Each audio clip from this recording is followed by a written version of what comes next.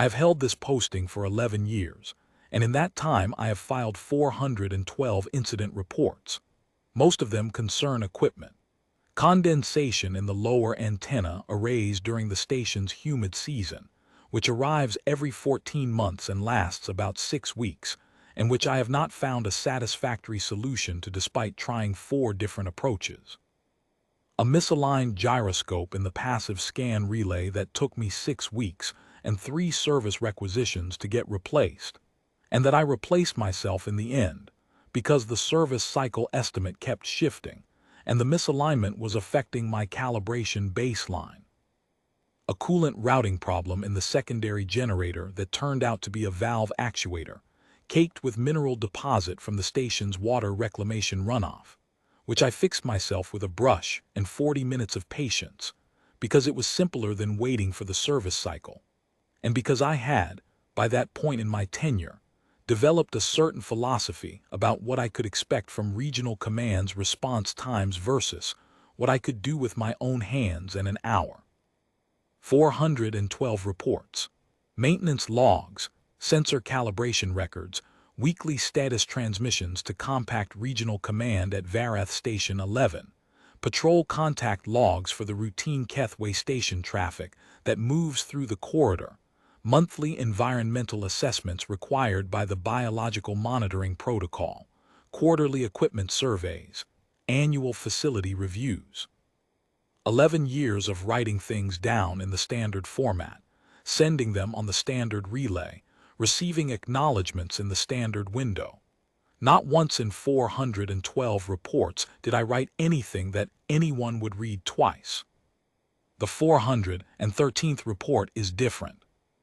I know this because I have now been asked to deliver it in person, before a full session of the Outer Compact Emergency Council, in front of the sector governor, 2 fleet admirals, a deputy minister from the Foreign Affairs Office, 3 members of the Treaty Review Subcommittee, and a representative of the Terran Commonwealth who traveled 7 days by transit ship to be here, and who is sitting in the observer section looking, as far as I can tell, comfortable. The Terran representative told me, through an interpreter before this session began, that he is not angry about what happened. He said it with a particular flatness that I have come to understand, in the weeks since the incident, is simply how humans speak when they mean something clearly and without extra weight. He said it once. He did not add anything to it. And so I believe him, and I am trying not to be made more nervous by his presence than is warranted. I will tell this the way it happened, in the order it happened, because I am a technician, and that is the only way I know to tell things. I am not a storyteller, and I am not a diplomat, and I am aware that this session has been convened for purposes that go considerably beyond my incident report. But I was there, and these are the events as I observed them. Outer Watch Station Kethavar 7 sits at the terminus of the Varath Compact's 4th boundary arc. It is 91 light minutes from the nearest inhabited compact installation, which is a small refueling and survey depot at Veth Reach 4 that has a permanent population of 63 and a coffee-equivalent dispensary that I have visited twice, and that Pavitt has developed a genuine attachment to. The station is 230 light minutes from the nearest Keth Sovereignty Way station, which is larger and which I have never visited, and which I see only as a low-amplitude emission signature on my passive array during periods of normal Keth traffic. My station's formal purpose is passive surveillance of the Keth boundary corridor and relay of any anomalous contact data to regional command. I have a crew of 4. Myself, as station master and primary signals technician, Sethil Vaughn, Outer Watch Station Kethavar 7, Compact Boundary Arc 4, 11 years in post. Orvis, my junior analyst, who has been here for 2 years and is competent in the methodical way that young analysts are competent when they are trying very hard, which means his work is accurate but his face is readable. Pavitt, my structural and systems engineer, who has been here longer than I have and who has opinions about the station's maintenance history that are pointed and mostly correct. And Thesat, my medic, who also handles the station's biological monitoring obligations. The environmental surveys, the atmospheric sampling, the hydroponic management protocols that the compact's outer installation guidelines require for crew health assurance, and that in practice mean that Thesset spends a significant part of her working hours keeping the hydroponic trays from going acidic, which they do constantly and without apparent reason. We are not a military installation. We carry no weapons. We have no combat rating and no engagement authority. We are a pair of eyes on a quiet stretch of boundary, and our job is to see things and write them down, and that is what I do. The station itself is old.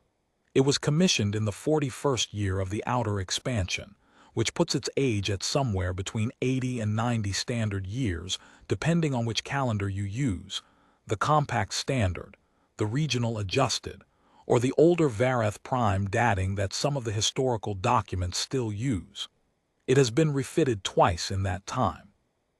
Once when the compact standardized its relay encryption suite across all outer installations, which required a full communications bay rebuild, and which is documented in a refit log that I have read, and that tells me more about encryption protocols than I needed to know.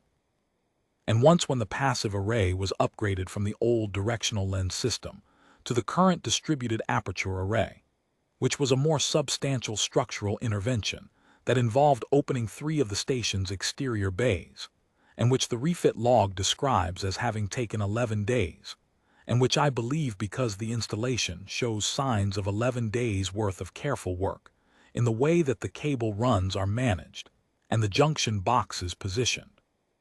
In both refits, the structural core of the station was preserved as is, because the structural core was sound and well built, and because nobody in the compact's infrastructure budget office wanted to spend money on a structural rebuild when the existing bones were holding up fine.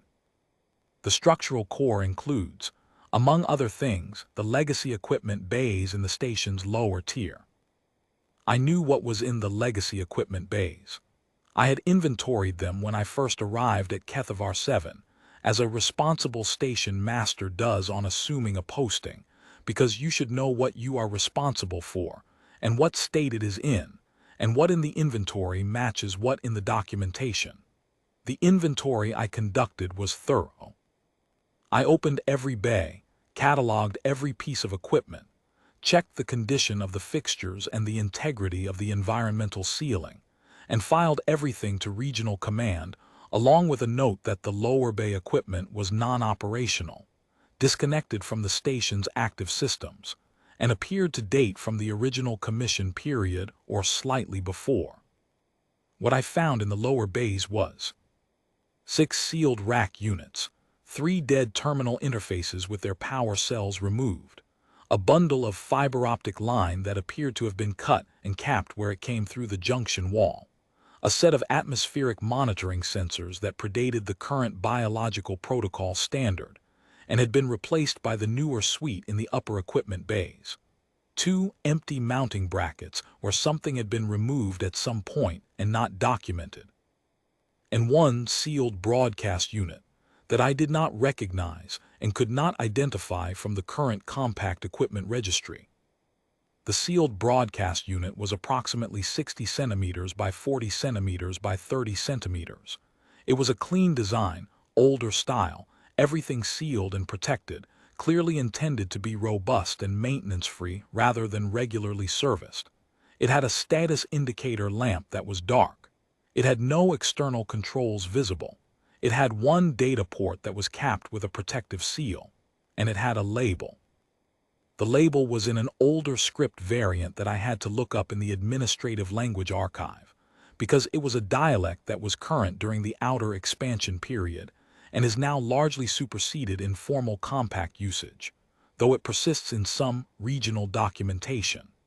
I looked it up, verified my translation with 2 cross-references, and wrote the result in my inventory with the confidence that it was accurate. Emergency Garrison Beacon, Article 11 Broadcast Asset, Kethavar Outer Watch Complement. The label also carried a series identifier and a registration mark. I noted both in the inventory. I did not investigate them further because the unit was sealed. It was clearly not connected to anything, and there was no current compact equipment registry entry for it that I could find, which meant that whatever system it had been registered under had been superseded. I added a line to the inventory recommending that the unit, along with the other non-operational legacy equipment, might warrant decommissioning review if the compact's legacy equipment disposal office ever ran a collection cycle for outer installations. Then I submitted the inventory, received the acknowledgement from Regional Command. It said, "Received and filed," without any other notation, and went back to the work of running a boundary watch station, which was more immediate and more ongoing than anything in the lower equipment bays. That was 11 years ago. I thought about the sealed unit perhaps twice in the years that followed. Once when Pavitt asked me what was in the lower bays during his first month on the posting, and I told him legacy equipment, non-operational, nothing he needed to worry about. And once during a particularly persistent condensation problem, when I was doing a deck-by-deck humidity assessment, and briefly wondered whether any of the lower bay legacy equipment was moisture-sensitive enough to warrant additional environmental monitoring. I concluded that sealed rack units were not my immediate problem, that sealed meant sealed, and that my time was better spent on the antenna mount seals, which were the actual source of the condensation. I moved on. I am spending time on all of this because I want it to be clear, before I describe the events of the 87th day of this rotation, that nothing I did was done with knowledge of what it would cause. I am not offering this as an excuse. I am offering it as a fact, because this account is meant to be accurate, and accuracy requires that I tell you what I knew and what I did not know at each point in the sequence. What I did not know, on the 87th day of this rotation at the 422nd hour, when I activated the station's general alarm in response to a multi-contact approach event on the passive array. What the general alarm would also activate. I will come to the explanation of that. But first I have to tell you what I saw on the array, because that is where the sequence begins. Pavitt was the one who caught the contact signatures first. He had been running a routine structural check on the external fixture mounts on the station's upper tier. The kind of check we run every 8 weeks to stay ahead of the stress cycling that the boundary arc's thermal gradient causes in the external brackets, and he had come back to the main operations level a few minutes earlier than I expected him. He came to my station without running, because we do not run between decks at Kethavar 7 unless there is a hull breach, but he walked with purpose, and his expression when he reached me was the expression of someone who has seen a reading they want a second opinion on before they say what they think it means. He put the contact summary on my screen without speaking. I read it. 11 Keth Sovereignty warship signatures, inbound from the direction of Way Station 7 North at heading 274.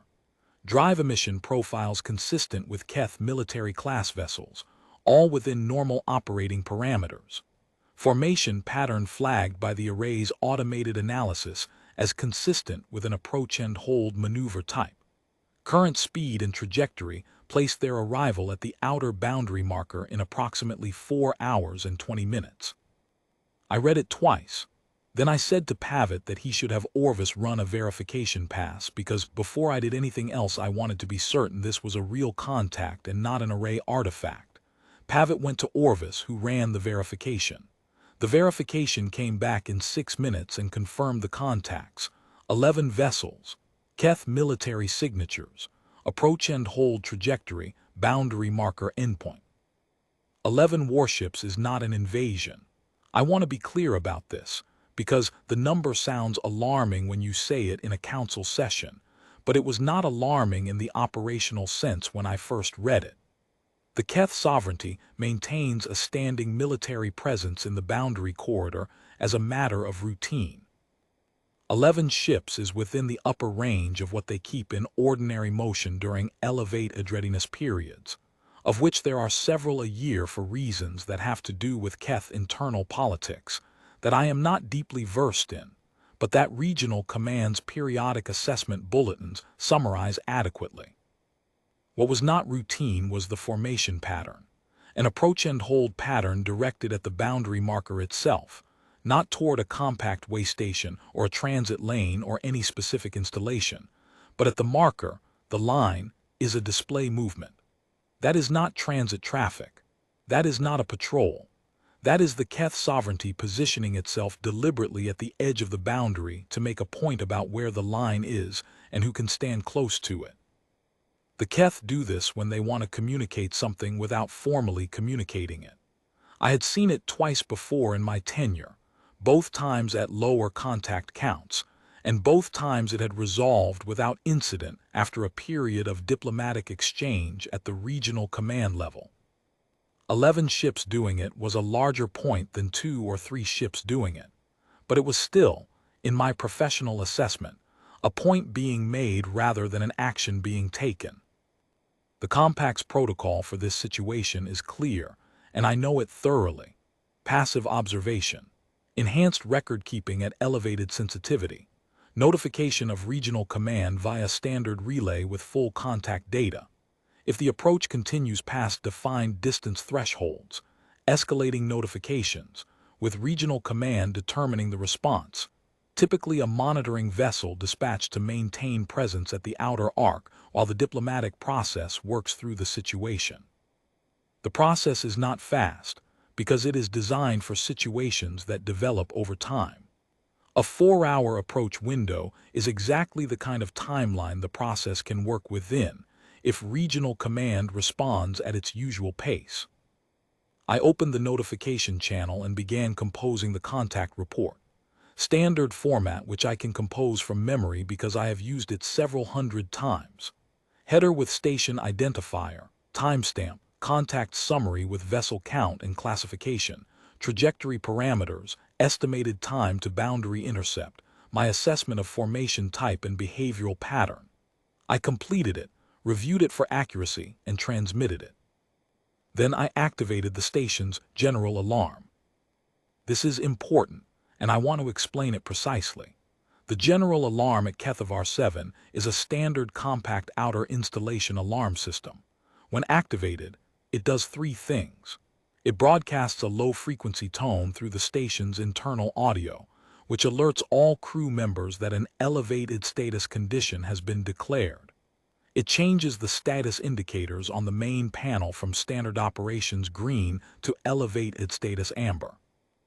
And it transmits a brief automated status notification on the Compact's general emergency allocation frequency. A standardized broadcast that says, in effect, that this station is in an elevated status condition and requesting monitoring acknowledgement from any compact vessels within relay range. It is a routine procedure. I have activated it twice before in my 11 years at Keth of R7. The first time was a sensor anomaly that briefly presented as a contact signature before the array's secondary verification resolved it as a calibration artifact. The second time was during a previous rotation's Keth corridor uptick, when regional command had specifically requested all outer watch stations to maintain heightened readiness protocols and to declare elevated status at any contact above routine traffic levels. The protocol I operate under specifies clearly, when a multi-contact approach event registers on the passive array with a vessel count exceeding 8, declare elevated status and activate the general alarm. 11 vessels exceeded 8. I activated the alarm. This was the correct procedural action for the situation as I understood it. What I did not understand was what activating the general alarm would also do in the lower equipment bays of the station's structural core. I need to explain what the outer compact Garrison Accord was, because I had not heard of it before I began researching the events that followed, and I believe most of you have not heard of it in any operational context either. It is the kind of treaty that becomes historical rather than operational when enough time passes, and 342 years is enough time. The Outer Compact Garrison Accord was a mutual defense instrument negotiated and signed in the early years of the Outer Boundary Consolidation period that followed the end of the Keth-Vareth border conflicts. If you consult the historical context, the border conflicts had run for nearly a decade. The Compact's fleet was depleted, and its outer installations were newly established, undermanned, and in a security posture that the Compact's own strategic assessment of the period described. I have read this assessment. It is in the treaty's historical archive as vulnerable to asymmetric pressure without reinforcement options. The Terran Commonwealth at that time was a relatively young interstellar polity, somewhere between 40 and 60 years into its expansion phase, depending on which founding event you use as your reference. It was aggressive about treaty making, in the way that expanding polities tend to be, because treaties are one of the mechanisms through which expanding polities establish their position in the network of relationships that matters for long-term security. The Commonwealth had a fleet, and the fleet was in good condition, and the Commonwealth's frontier corridor ran adjacent to the Compact's outer boundary arc in a way that made mutual defense cooperation a natural proposition for both sides. The negotiation took approximately a year and a half. The resulting instrument, the Outer Compact Garrison Accord, runs to 47 pages in its original form. I have now read it cover to cover twice, which is more than anyone has read it in a very long time. The Accord established mutual defense obligations, force commitment tables, activation thresholds, notification procedures, and review schedules. Article 11, the article that is relevant to what happened at Kethavar 7, specified the installation of Garrison beacon assets at all Compact Outer Watch installations. These beacons were to be hardwired emergency notification systems, capable of broadcasting a Garrison request signal on the Commonwealth's mutual defense monitoring frequency, independently of the station's primary communications suite, in the event of a defined threshold emergency condition. This was deliberate redundancy design. The intent was that if a station's primary communications were compromised during an approach event, the Garrison beacon could still call for help without relying on the compromised systems. Article 11 also specified the trigger conditions for the Garrison beacon assets. The trigger was activation of the installation's standard general alarm in conjunction with a multi-contact approach event registered by the installation's passive array. 11 Keth warships in an approach and hold pattern satisfied that trigger condition precisely. The Outer Compact Garrison Accord was administratively dissolved 321 years ago, when the Compact's fleet strength had recovered from the border conflict depletion, when the mutual defense provisions were assessed as redundant given the Compact's improved security posture, and when the broader political relationship between the Compact and the Commonwealth had developed to a point where formal treaty obligations felt more constraining than useful. The dissolution was conducted by mutual agreement, with the appropriate documentation filed with both governments' treaty offices, and with a formal joint statement noting the successful cooperation period and the shared intention to maintain diplomatic relationships through other frameworks. Nobody sent a decommissioning order for the Garrison beacon hardware. This is not, as I now understand it, an oversight in the conventional sense. The dissolution of the Accord was a political and legal process conducted at the treaty office level. The physical assets that had been installed under the Accord's provisions were an infrastructure matter. Infrastructure decommissioning would have required a separate order from a different office, following a different process. The treaty dissolution process ended when the treaty dissolution documentation was filed. The infrastructure decommissioning process never started, presumably because the Compact's outer installation administration at the time had other priorities, and because the Garrison beacons were sealed units that required no maintenance and caused no operational problems, and were therefore easy to not think about. At Kethavar 7, specifically, The fiber optic routing that connected the Garrison beacon to the station's alarm power circuit was not cut and capped during either refit.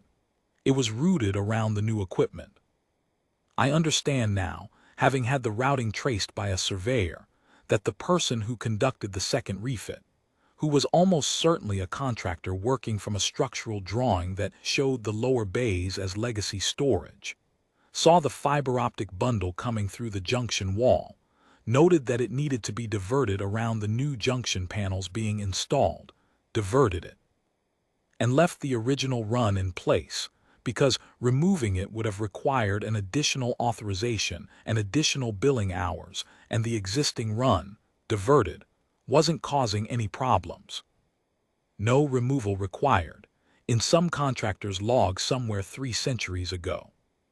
The beacon sat sealed in its rack unit, connected to the alarm power circuit through that diverted run, for 321 years.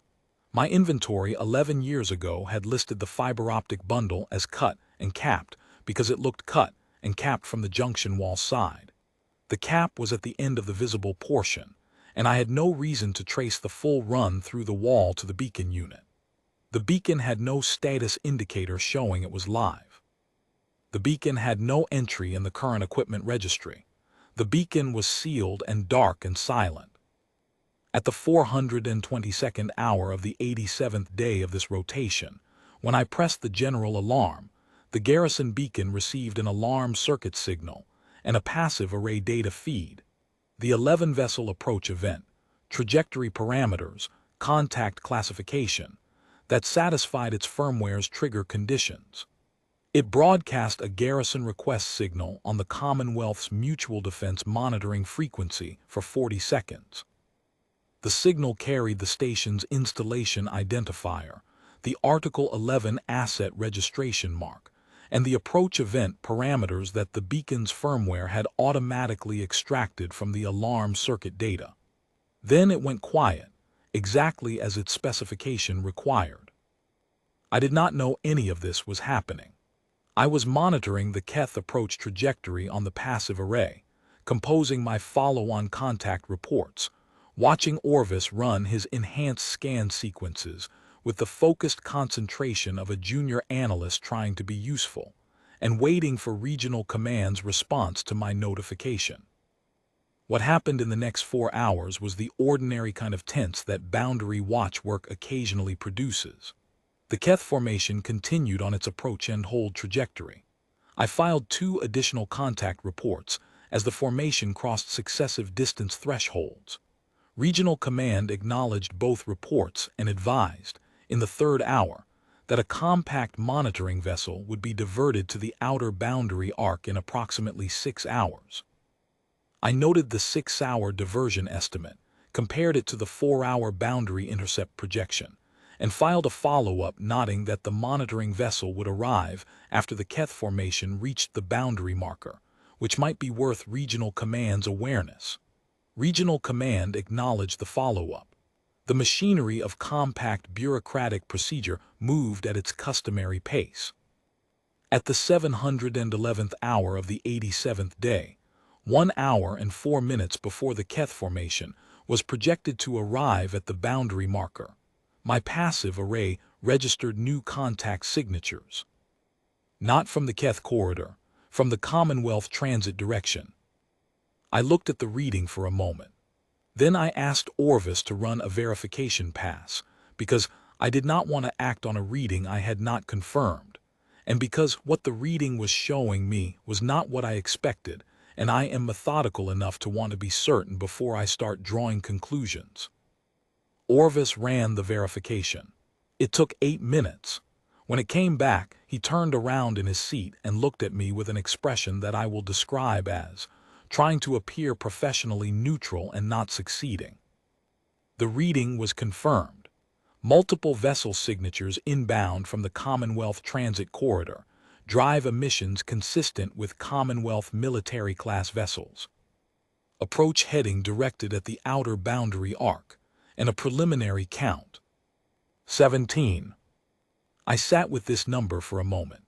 The Keth formation approaching from the North Corridor was 11 ships. The compact monitoring vessel promised by Regional Command was 6 hours out and would not arrive before the Keth reached the marker. What my array was now showing me, inbound from the Commonwealth transit direction at a speed the projection module classified as expedited approach velocity, was 17 vessels, and I had not been notified of any Commonwealth transit scheduled for this corridor segment, and I had no explanation for their presence. I went to the communications log. The communications log at Kethavar 7 records every signal that broadcasts from the station, my contact reports, my relay transmissions, the automated system signals, the alarm notifications. I pulled the log for the preceding 12 hours and read through it. My contact reports were there. The acknowledgement receipts from Regional Command were there. The automated relay timestamps were there. The general alarm notification on the compact emergency allocation frequency was there. And one other entry, 40 seconds in duration. Broadcasting frequency, Commonwealth Mutual Defense Monitoring Band, primary allocation. Timestamp, 4 seconds after I had activated the general alarm. Origin point, Lower Equipment Bay, Secondary Power Circuit Branch 7. I read this entry several times. I read it until I understood what I was reading.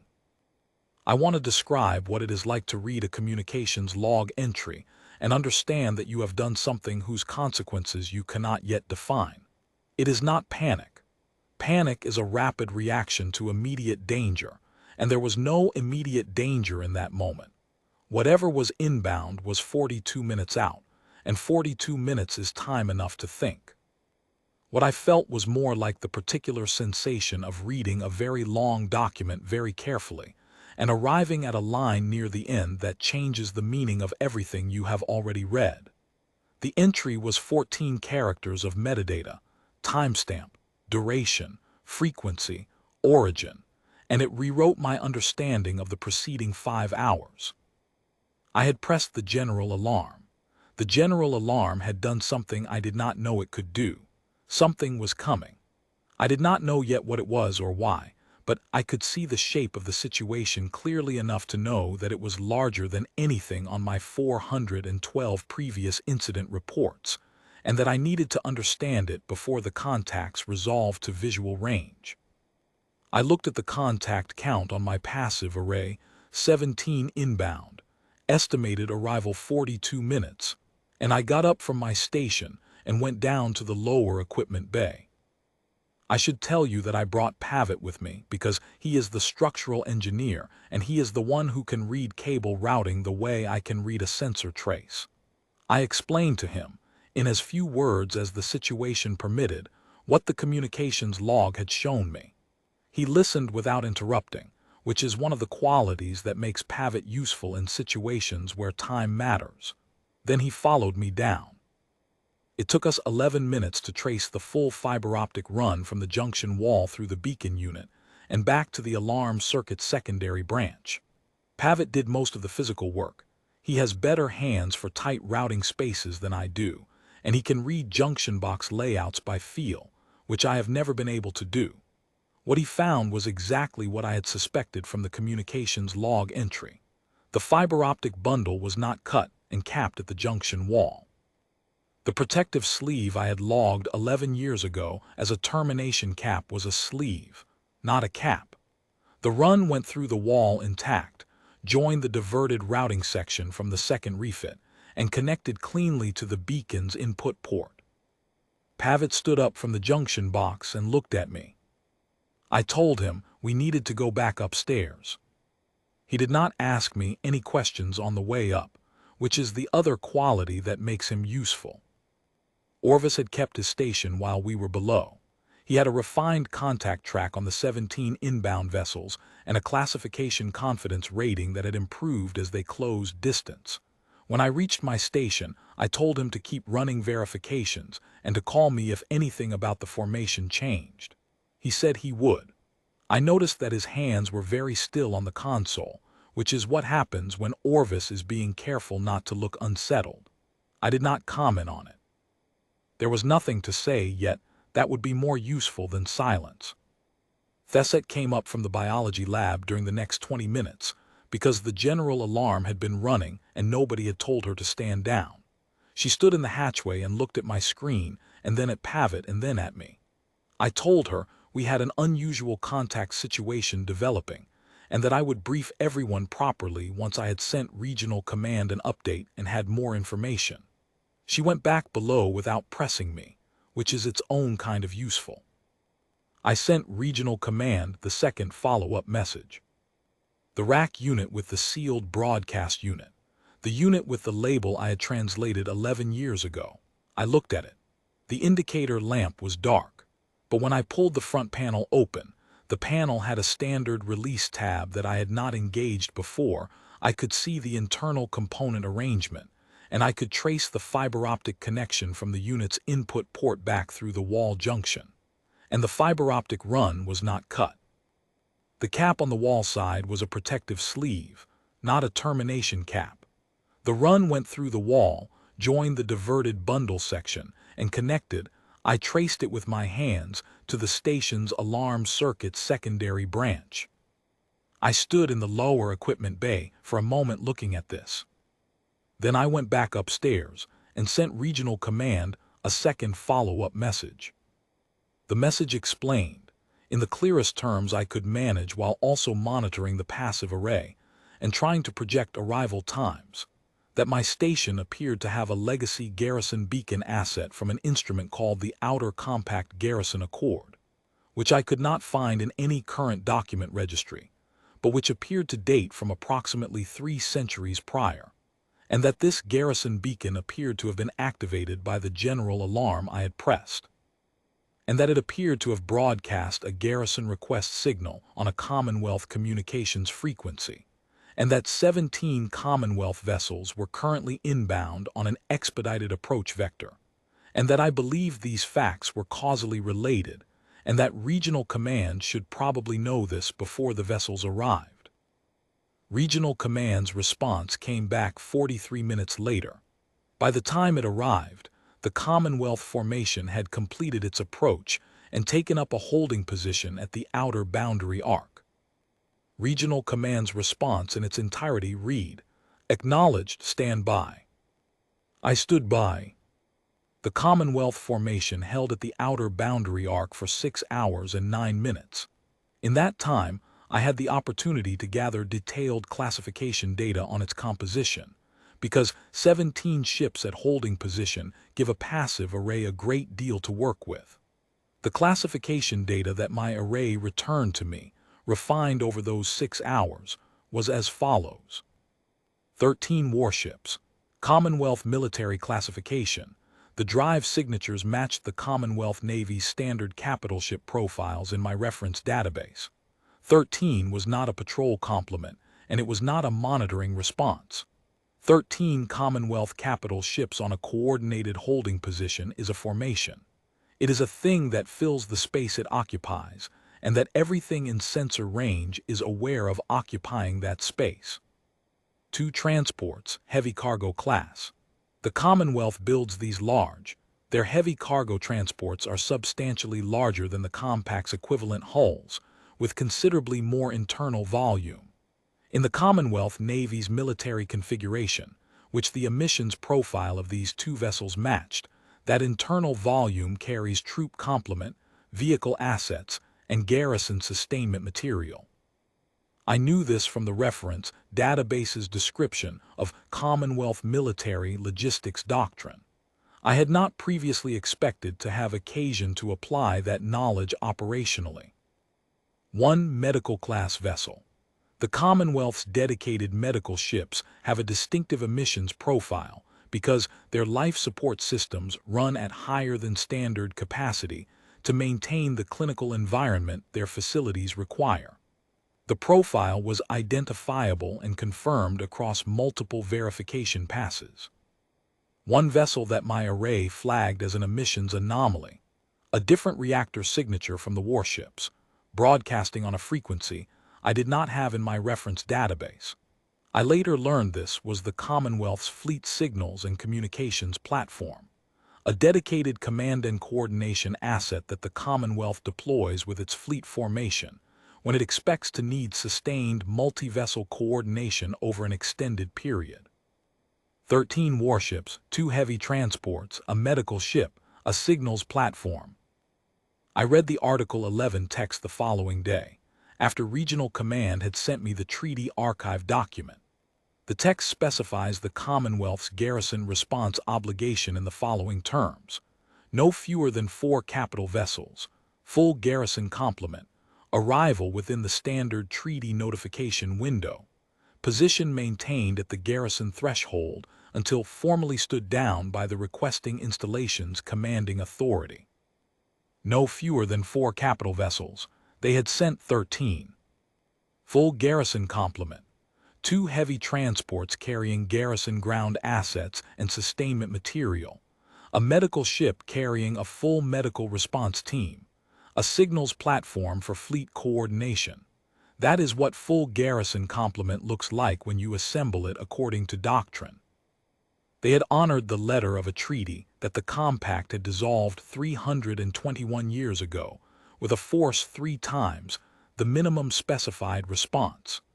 They had done this within 6 hours of receiving a 40-second signal from a piece of hardware sealed in a rack unit in my lower equipment bay.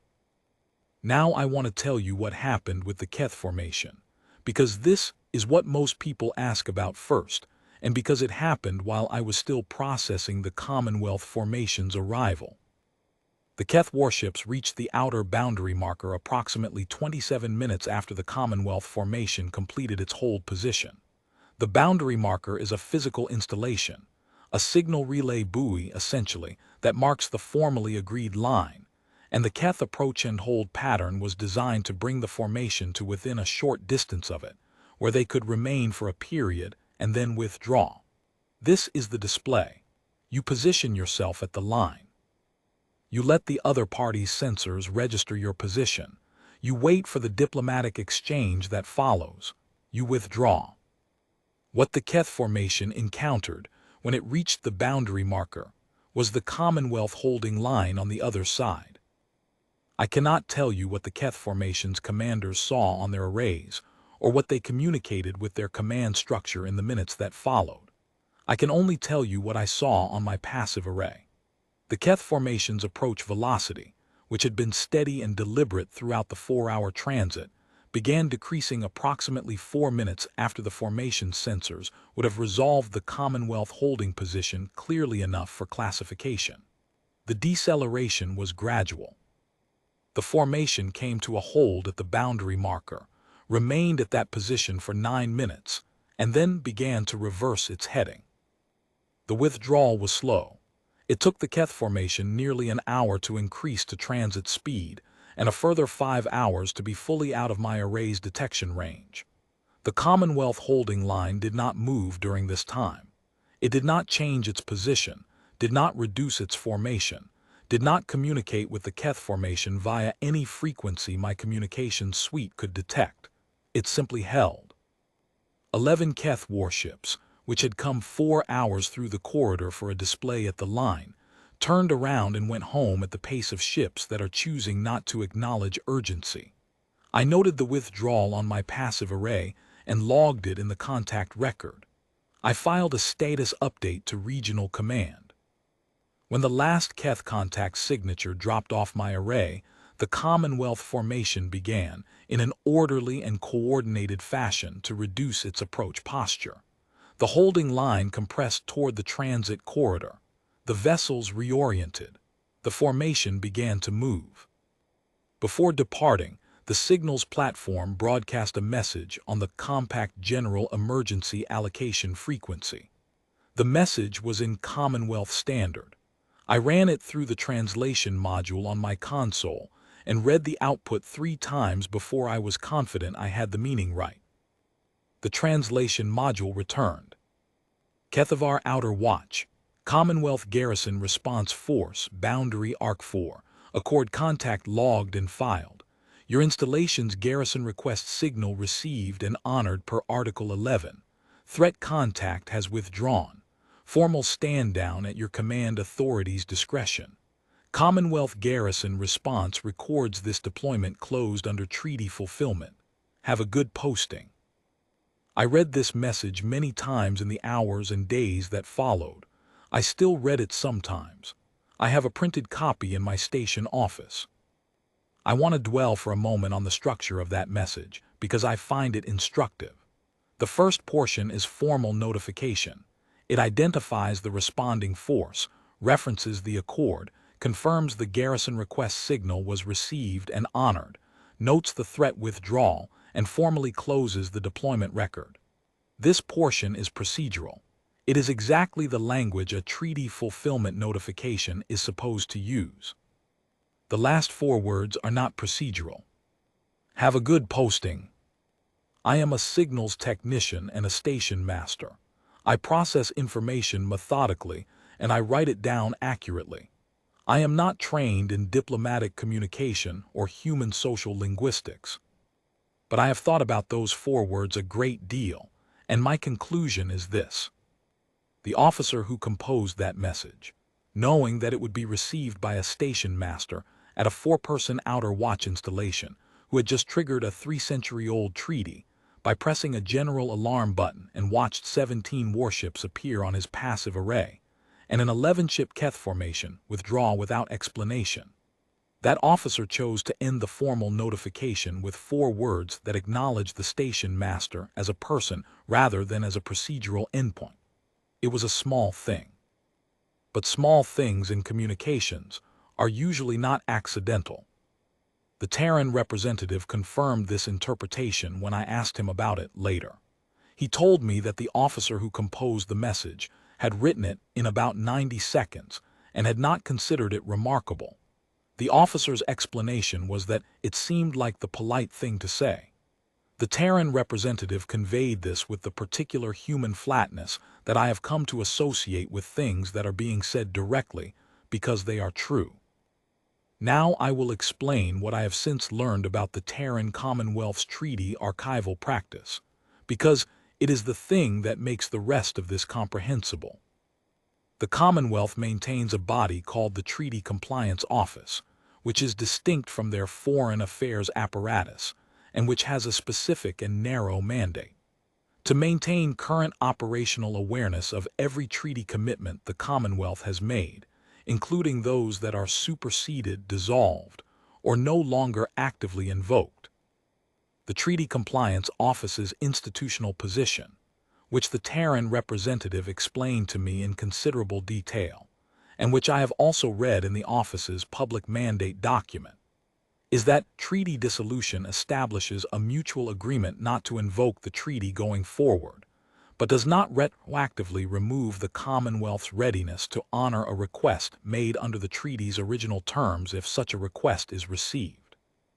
This position is, the Terran representative acknowledged, not shared by most other interstellar polities. He said this without apparent apology. The Treaty Compliance Office maintains response rosters for every outstanding treaty commitment, including the dissolved ones. It maintains these rosters because its institutional view is that a commitment does not stop being a commitment simply because nobody has invoked it recently. The office works from the position that the only way to know a commitment is no longer necessary is to formally retire it through a bilateral process, not simply to stop thinking about it. A dissolved treaty without a formal obligation retirement is, in the office's view, a treaty that could still be invoked if the underlying conditions that created it were somehow still in play. The Outer Compact Garrison Accord, Article 11, has been on the Treaty Compliance Office's roster for 321 years. It has an assigned garrison response force. It has a notification protocol that routes Article 11 beacon signals from any registered asset directly to the Garrison Response Command. It has never been formally retired, because retiring it would require bilateral agreement with the Compact, and the Compact had not initiated that process, because the Compact had largely forgotten the accord existed. In 321 years, the Article 11 response protocol had never been triggered. The beacon assets at the compact's outer installations had sat in their rack units, as mine had, and nobody had pressed the right button in the right conditions until I pressed mine at the 422nd hour of the 87th day of this rotation. The Garrison Response Command received the beacon signal, verified its origin against the Article 11 Asset Registry, kept of our outer watch complement, registration mark matching the unit in my lower equipment bay, confirmed that the approach event parameters were consistent with a live situation rather than a test, and assembled a Garrison response force within 6 hours. The treaty notification window specified by Article 11 allows 72 hours. They used 6. The Terran representative told me that the Garrison Response Command had treated the signal as a live condition from the moment of receipt, and had not paused to investigate whether the transmitting beacon was thought to be decommissioned. Their position, he said, was that an Article 11 signal is an Article 11 signal. The question of the beacon's operational status was not one the Garrison Response Command was empowered to adjudicate. I asked him whether anyone at the Garrison Response Command had considered, in those 6 hours, that the situation might be a mistake. He looked at me for a moment before answering. Then he said it had occurred to them.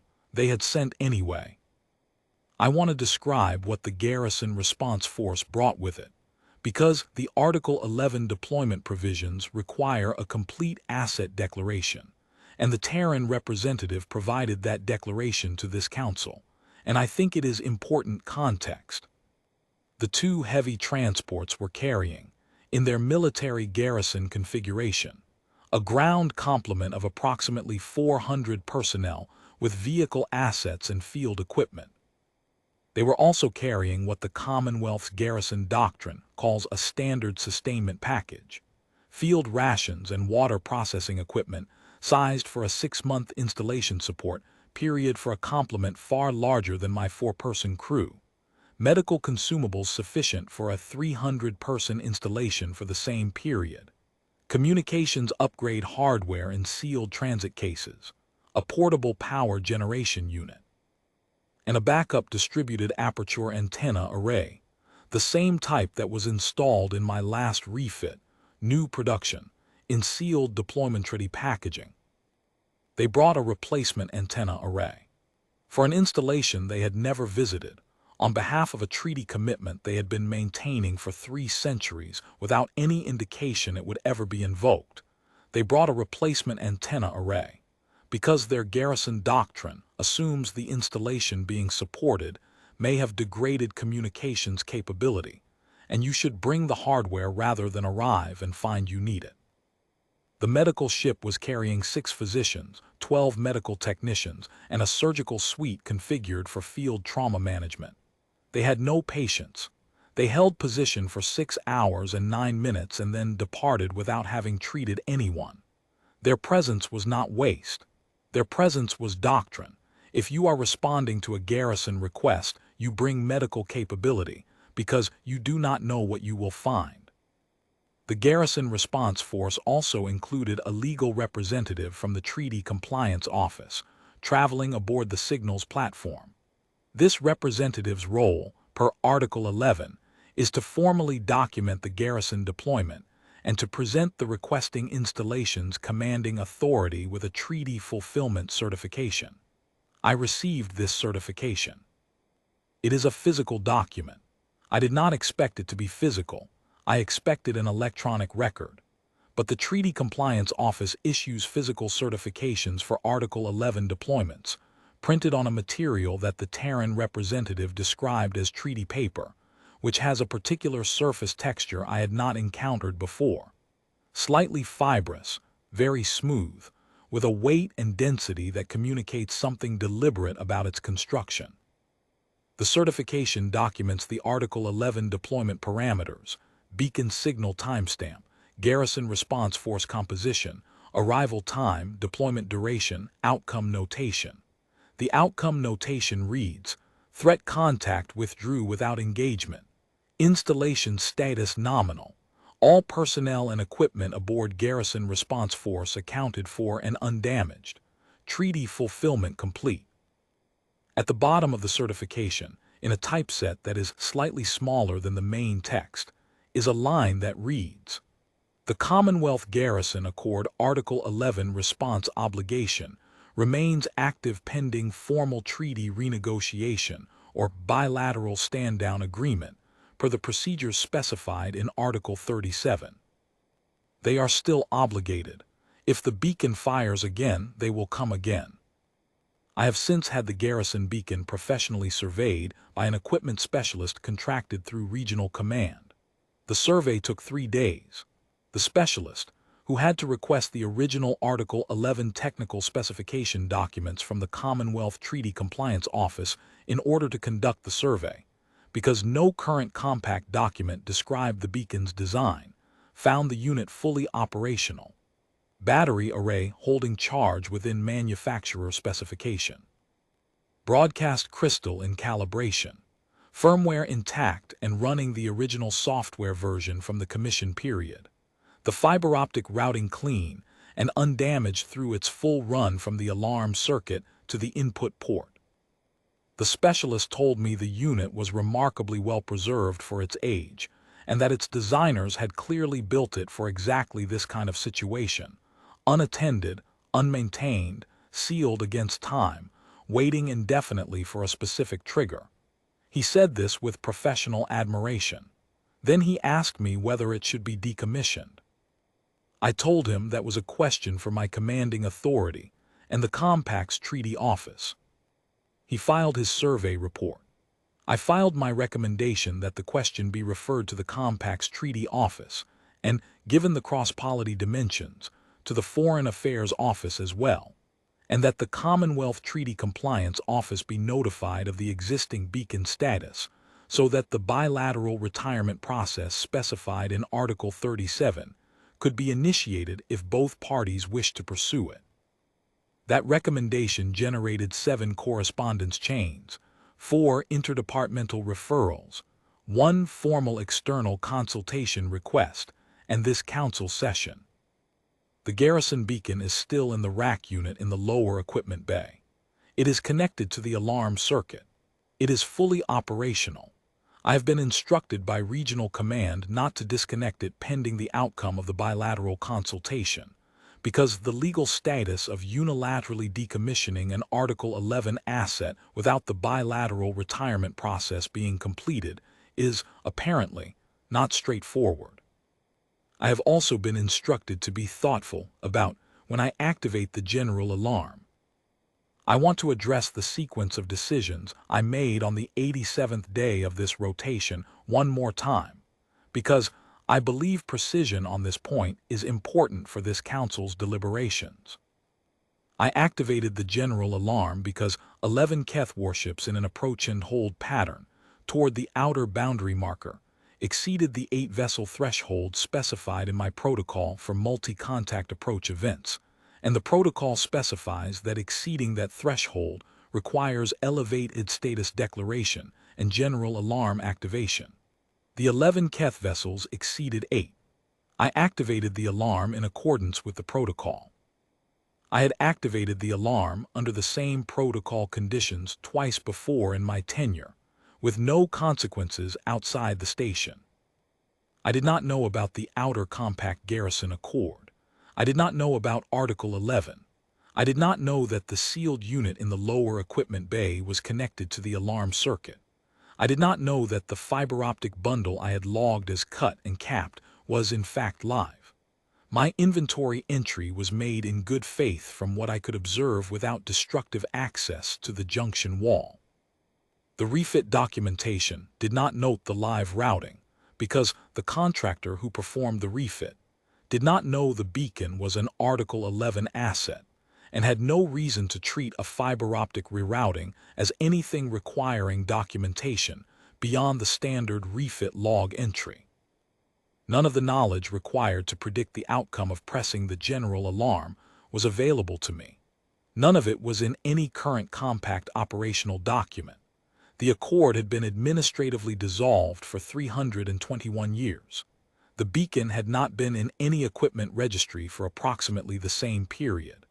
The Treaty Compliance Office's maintenance of the Article 11 roster was not something the compact's operational infrastructure had any awareness of. I pressed the button because the protocol said to press the button.